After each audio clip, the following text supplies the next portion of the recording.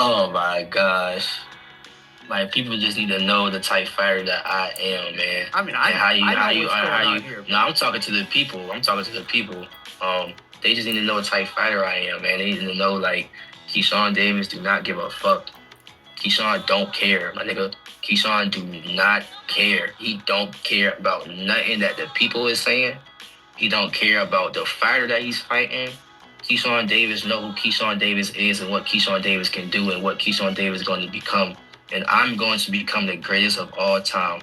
I'm not worried about the Baranchik fight and how I stopped him in 4 rounds. And I'm not worried about De Los Santos and all this so-called power that he's supposed to bring. I don't care. I'm going to knock you out, bro. Woo-wee! I like that talk, Keyshawn Davis, the businessman. Oh, yeah. Welcome back to another episode of Ski Mask Way Boxing. I'm your host, MikiBlik. I just played an insert of one of the interviews Keyshawn just gave this past week. Shout out to Brian Campbell Experience. That's where that insert was taken from. Go check him out. The whole interview was on the Brian Campbell Experience. Keyshawn Davis, I'm going to be the greatest of all time. That's the title of it. So if you want to go check it out, check it out. But I must say, I love the talk. I love the third person talk. That's how Lennox Lewis and all of the greats used to talk. So I knew he took a page out of their book. You know, they always talk about themselves in third person. You know, I like that. But beloved, I'm telling you, Keyshawn, he needs to fight Andy Cruz. All of that is great, but he still needs to fight. After this fight with Edwin De Los Santos, he talking about he gonna step on him, he gonna knock him out and all this. He said he too small.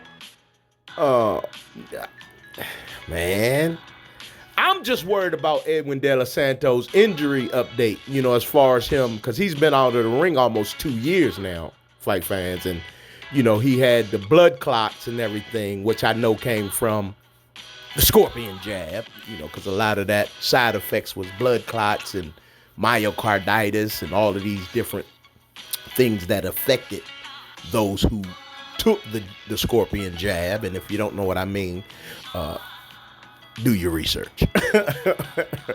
What scorpion jabs do to people.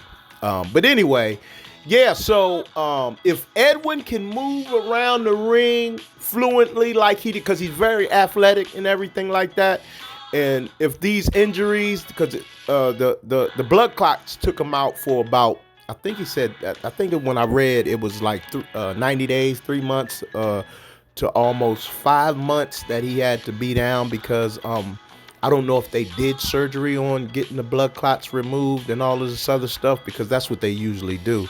And you know, when I did my research on them, they said it was like white worms in their body, and it was like, you know, clotting up their blood vessels and all of this other. It's crazy. So I mean, you know, we might overlook it and just think about blood clots and just kind of like overlook it, but it will pay a toll on a boxer, especially the cardiovascular part of them, you know, having to run and do all these things. So I don't know if it's going to affect his movement, you know, because Edwin, before all of these Joe Biden initiatives of the unconstitutional mandatory vaccinations happened, you know, Edwin was moving like a true athlete, and he's very athletic and everything, very quick. And like I said, he has sneaky power and he got power, but he got sneaky power too. Those are two different types, meaning when you're up close, you know, the short range punches can do a lot of effect on a fighter's opponent. You know what I'm saying? That's the sneaky power I'm talking about. But the long range, you know, hooks and straight rights and straight lefts and all those are the power that people would say. But I like to say sneaky power because Edwin has a lot of sneaky power. His ability to punch in close range and still get a lot of force on his shots. You know, that's what I said. But to me, I always look at, you know, I'm gonna look at the first 2 rounds. My whole fight plan for Keyshawn, if he can jump on Edwin early and really kind of like try to hurt Edwin early because he's been out of the ring, and people don't understand, just because you've sparred, it's totally different when you on fight night, because first of all, you're using lighter gloves, 8 to 10 ounce gloves compared to 16 to some people make you use 20 ounce gloves in sparring, because you don't really want to hurt yourself in sparring and everything. You just want to get your rhythm down, and you want to be able to see your opponent, whoever's mimicking your opponent, see how they move and different things. See, sparring is just to practice for the real thing on fight night. And this is what I keep explaining to people with the fight fans who never been in sparring and never did all of the things of what I'm saying. Most of the time you gotta separate the two. That's why people don't really talk about the true pugilists and the folks that came from my era of boxing, which is in the 80s and 90s. You don't talk about, because sparring don't count. It really doesn't count like that. If a person doesn't do well in sparring, doesn't mean on the night of the fight he ain't going to do well, as far as fighting the opponent. You see what I'm saying? Because like I said, you're wearing lighter gloves and everything like that, and so it's you're going to be able to feel your knuckles more than you would in sparring, and you can do more damage if you do have power. And sometimes you ain't really got to have that much power, but if you hit a person in the right spot, in the pressure points on the body, you can hurt them and stuff like that. So but getting back to what Keyshawn said, he says he doesn't worry about what people say. He don't worry about what Ski Mask Way Boxing say. To be, he got to be cautious in going against Edwin. But he's throwing it all on, caution to the wind. He's saying, look, man, I'm gonna knock this dude out. He too small. And I'm like, okay. But see, I just and listen to me now. Fight fans, I just always approach the situation and who you hang around with. You know what I'm saying? Like birds of a feather flock together, and that's how his mentor, because Shakur is basically like his mentor. You know what I'm saying, to me. And Shakur talks just like how Keyshawn talk about what he gonna do, how he gonna do. And then when he get in there, and don't get me wrong, I know Keyshawn and Shakur are two different type fighters. Shakur is a boxer. He's a pure boxer. Like he wants to, outpoint you. he got an amateuristic style. Keyshawn got a fighter style for the fans, meaning he gonna give you what you pay for. He gonna go in there. He gonna fight. He aggressive. He pushing the action. He in the fire is what I'm saying. So I know that's a totally different approach for him to even say what he's gonna be. I believe it's more believable than you see somebody like Shakur talking about what he going to do to Edwin De Los Santos and how he was going to fight him and he was going to hurt him and he was going to knock him out and all this during the press conference, and how he, leading up to the fight is what I'm saying, and then go in there and do a Usain Bolt the whole night. Ben Johnson, Carl Lewis on everybody, and CompuBoxing, they said it was the lowest ever almost thrown. It was like 4 punches per round.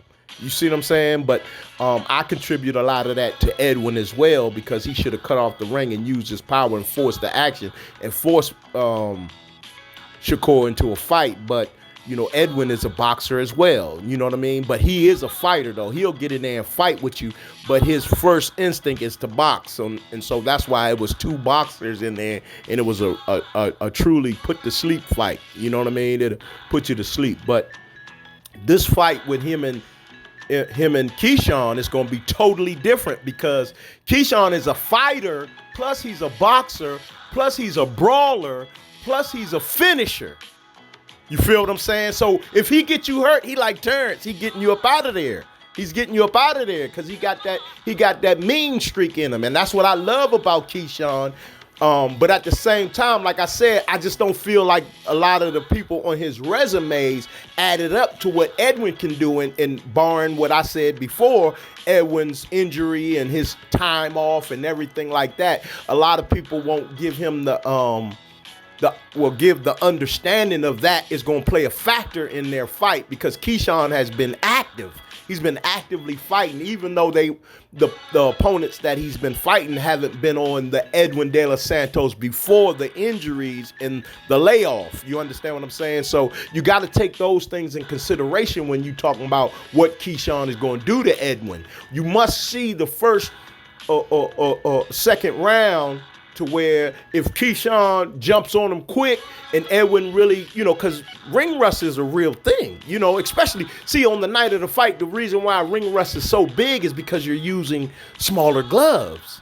That's what I'm saying. And to be able, when you're in sparring, you have an agenda to make the fighter better, so it's not going to be in a totally serious atmosphere like it is when somebody who coming out to hurt you, to kill you, to basically destroy you, like the mindset that Keyshawn has every time he fights.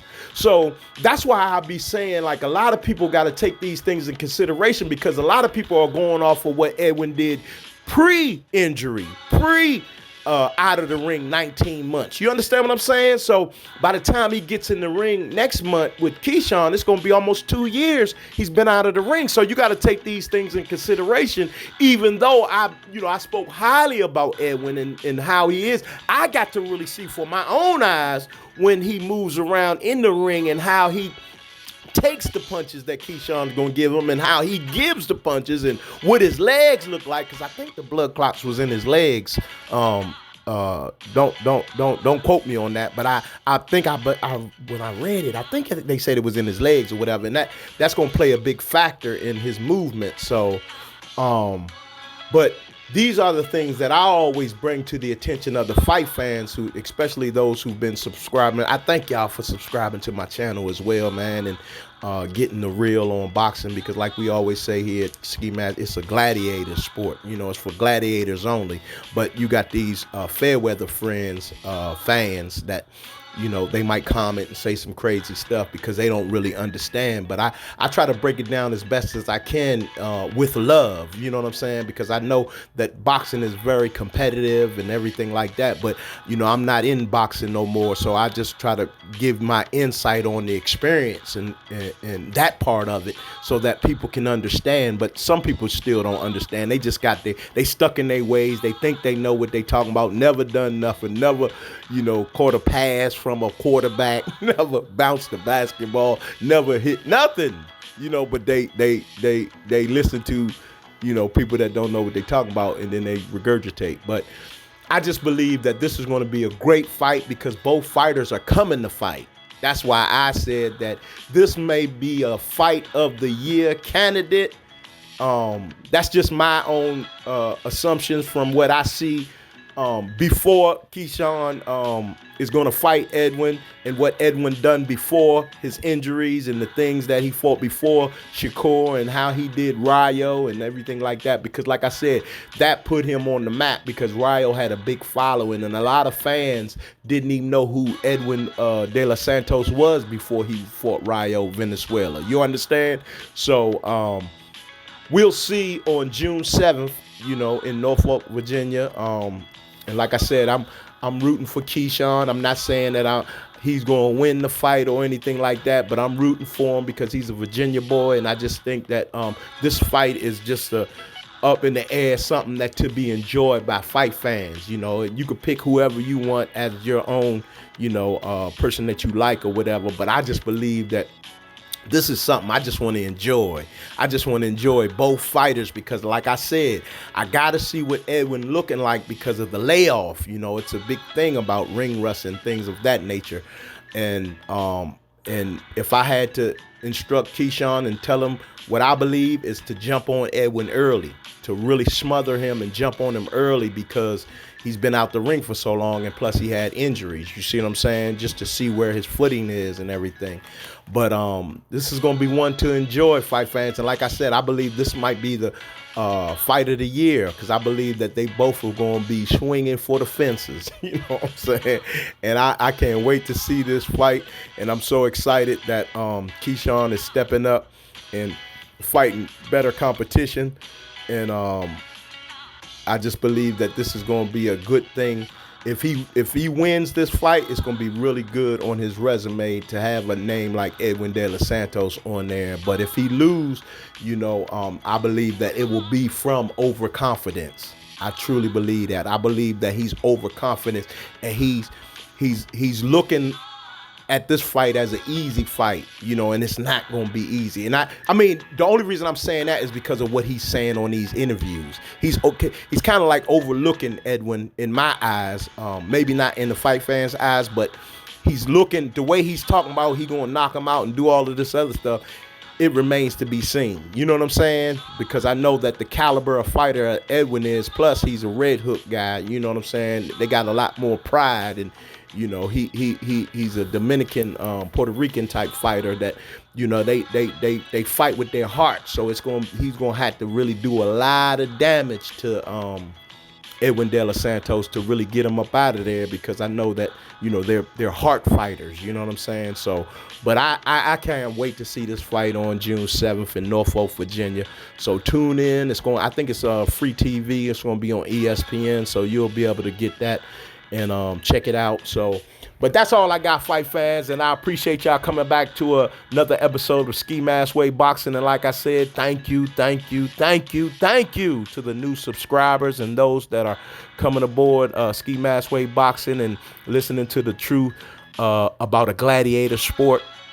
And we always say here at Ski Mask Way Boxing, never, never, never forget that Jesus loves you. Amen. Amen. Take care, fight fans.